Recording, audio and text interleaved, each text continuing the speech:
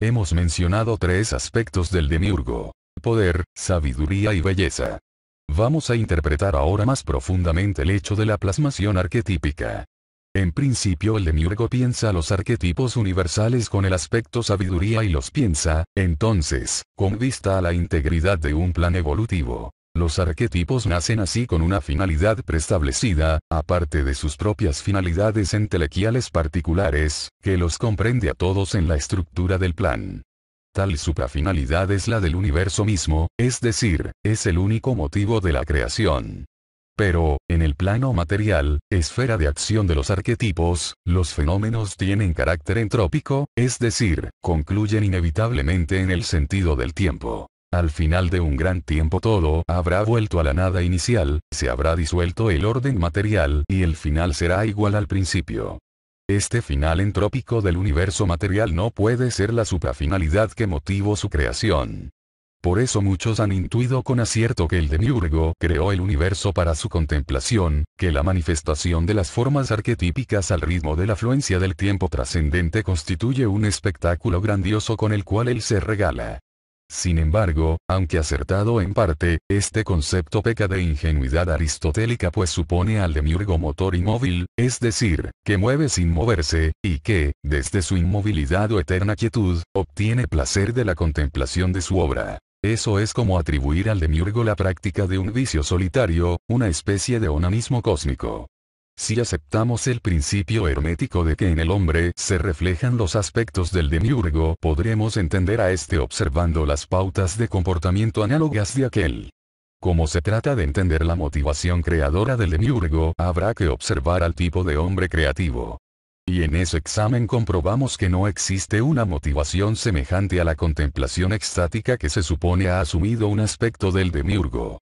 En realidad nadie, y mucho menos el demiurgo, se detiene demasiado en la contemplación de su propia obra. El pintor, al pintar nuevos cuadros, olvida los antiguos, el poeta regala sus poemas, el escritor vende sus libros, y a veces su alma, etc. Queremos mostrar con estos ejemplos cuán fuera de lo natural, cuán insólito, sería que el pintor permaneciese siempre contemplando un único cuadro pintado por él, o que el escritor leyese siempre y solamente su propio libro.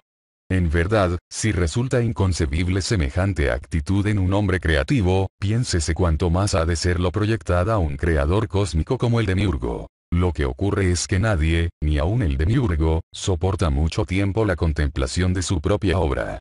Toda creación proporciona solo placer inicial y no es objeción suponer que una creación continua ha de proporcionar placer perpetuo. El inventor, aun cuando sabe que continúa perfeccionándose, pronto se desentiende de su invento y ocupa la atención en otras cosas que le brindan nuevas satisfacciones. El conocimiento anticipado de la finalidad es lo que, a la larga, quita atractivo a un proyecto extremadamente prolongado. El placer no aumenta sino que, por el contrario, disminuye a medida que el proyecto se concreta.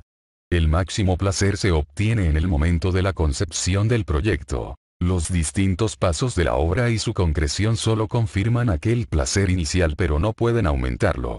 Y el demiurgo, tal máximo placer, ya lo experimentó cuando concibió el plan evolutivo y pensó los arquetipos universales, desde sus aspectos sabiduría y belleza. Cuando, posteriormente, el demiurgo emana las mónadas que dan realidad a los arquetipos e impulsa a éstas a desplegarse en la materia, con el aliento que procede del aspecto poder-voluntad, la suprafinalidad que motiva tal acción ha de ser otra que la experimentación de placer extático o contemplativo.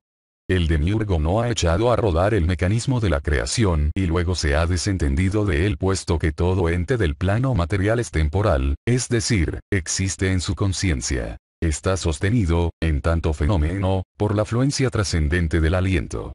Pero esta participación no significa una finalidad en sí mismo. Es sólo la ejecución de la suprafinalidad.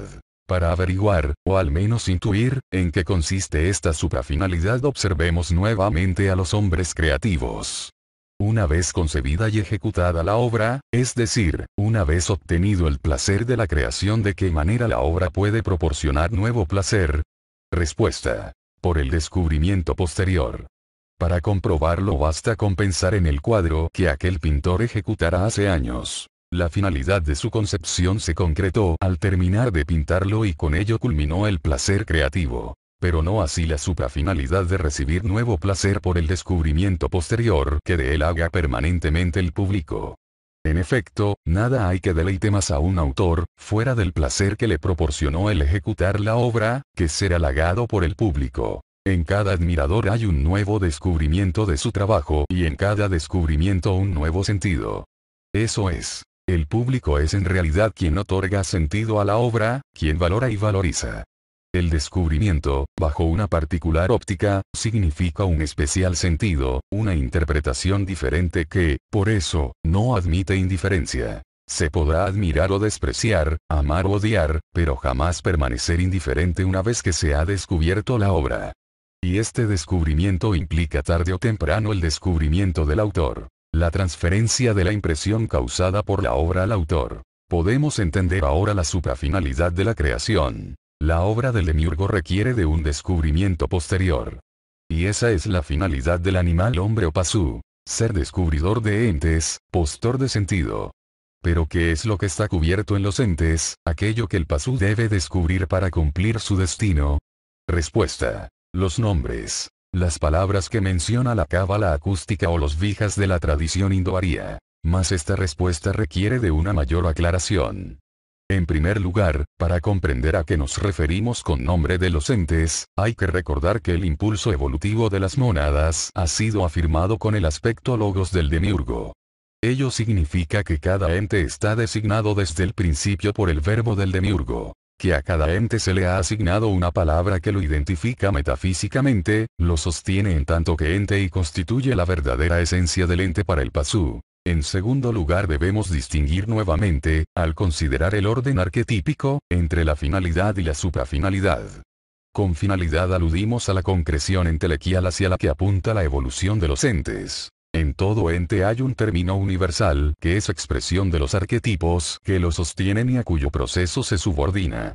Con suprafinalidad nos referimos, en cambio, al designio particular que cada ente posee en tanto está compuesto por mónadas. No es que en el ente estén las mónadas, sino que el orden arquetípico del que participa toda la materia se estructura en base a la actualización de las mónadas. A cada mónada corresponde en el plano material un quantum arquetípico de energía o átomo arquetípico del cual el átomo de Bohr es solo un esquema superficial.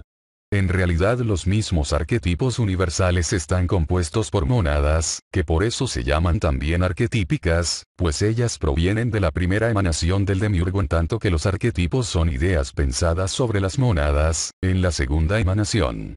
Los arquetipos universales son así formas que van de lo simple a lo complejo compuestas a partir de agrupaciones de la unidad formativa absoluta que es la mónada arquetípica. No es cierto, pues, que los arquetipos universales sean todos perfectas y simples ideas, sino que, por el contrario, han sido conformados estructuralmente por imitación sucesiva y ordenada de la mónada arquetípica. Puede decirse que todo el universo ha sido construido a partir de una primera mónada imitada incansablemente por el demiurgo.